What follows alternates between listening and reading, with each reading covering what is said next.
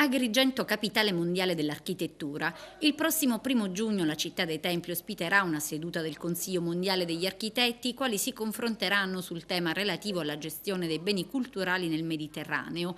L'incontro, che riunirà studiosi ed esperti, è promosso dal Consiglio nazionale in collaborazione con l'Ordine degli architetti di Agrigento. Sarà interessante il confronto tra l'esperienza del Parco della Valle dei Templi con altre esperienze di gestione dei beni culturali nel mondo, quindi non soltanto nel Mediterraneo, quindi in Spagna, Grecia, perché questi saranno presenti, Spagna, Grecia, Tunisia, Marocco, Francia, ma ci sarà l'opportunità anche di confrontarsi con altre realtà completamente diverse come quelle dell'Australia, dell'Africa del Sud e anche degli Stati Uniti d'America. Un momento di confronto che sancisce un percorso, traccia un percorso. Questa è la prima tappa, la seconda tappa vedrà nuovamente Agrigento protagonista, perché in autunno terremo qui un convegno internazionale sugli edifici di culto,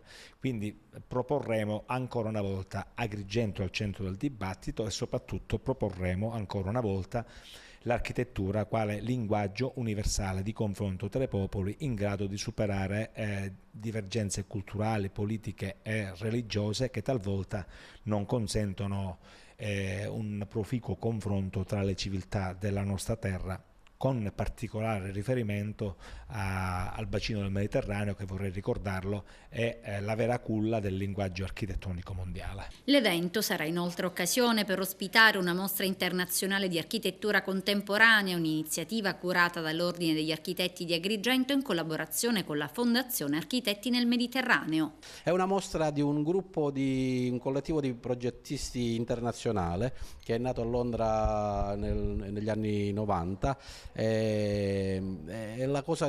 Hanno vinto numerosi awards a livello internazionale e sono stati addirittura citati da Zaha Hadid, che è una grandissima architetto che ha progettato il Maxi di Roma, è un'opera meravigliosa.